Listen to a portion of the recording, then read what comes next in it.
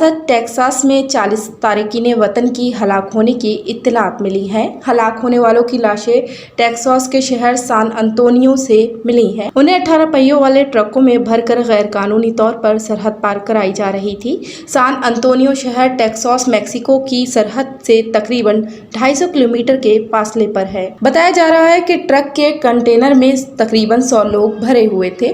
معلومات کے مطابق 16 لوگوں کو اسپتال میں داخل کرایا گیا ہے، تاہم ابھی تک یہ واضح نہیں ہے کہ ان افراد کی موت کیسے ہوئی۔ مقامی پولیس نے بھی اس معاملے پر کوئی تبصرہ نہیں کیا ہے۔ ٹیکساس کے گورنر گریگ ایبٹ نے ان موتوں کا ذمہ دار امریکی صدر جو بائیڈن کو ٹھہرایا ہے۔ ایبٹ نے کہا کہ یہ ہلاکتیں سرحد پالیسی کی وجہ سے ہوئی ہیں۔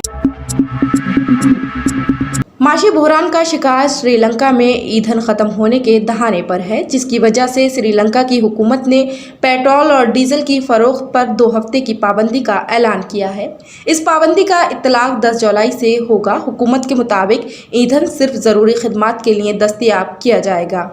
ضروری خدمات میں ایندھن صرف صحت، امن و امان، بندرگاہ، ہوائی اڈے، خوراک اور زرعی خدمات کے لیے دستیاب ہوگا۔ سری لنکا کے سرکاری ترجمان بنڈولا گڑوردھن نے کہا، آج رات سے ضروری خدمات کے علاوہ کسی کو ایندھن فراہم نہیں کیا جائے گا، کیونکہ حکومت پیٹرول اور ڈیزل کو اپنے لیے ذخیرہ کرنا چاہتی ہے۔ انہوں نے عام شہریوں سے معذرت کی اور کہا کہ عوام کو ہونے والی تکلیف پر معذرت خواہ ہوں۔ روس اور یوکرین کے درمیان جنگ 124ویں روز بھی جاری ہے۔ روس نے یوکرین کے شہر کریمینچک کے ایک شاپنگ مال پر میزائل داغے ہیں۔ اس حملے میں اب تک 16 افراد ہلاک ہو چکے ہیں، جبکہ 60 سے زیادہ افراد زخمی ہوئے۔ حملے کے وقت مال میں 1000 سے زیادہ لوگ موجود تھے۔ منگل کی صبح یوکرین کی ایمرجنسی سروس کے چیف نے حملے کے بارے میں معلومات دی۔ انہوں نے بتایا کہ 25 افراد کو اسپتال میں داخل کرایا گیا ہے۔ زخمیوں کی حالت بدستور تشویشناک ہے۔ مرنے والوں کی تعداد بڑھ سکتی ہے۔ ٹویٹر نے بھارت میں پاکستان کے 4 سفارتی خانوں کے اکاؤنٹ بند کر دیے۔ ان پاکستانی ٹویٹر ہینڈل سے جعلی خبریں اور غلط معلومات پھیلائی جا رہی تھیں۔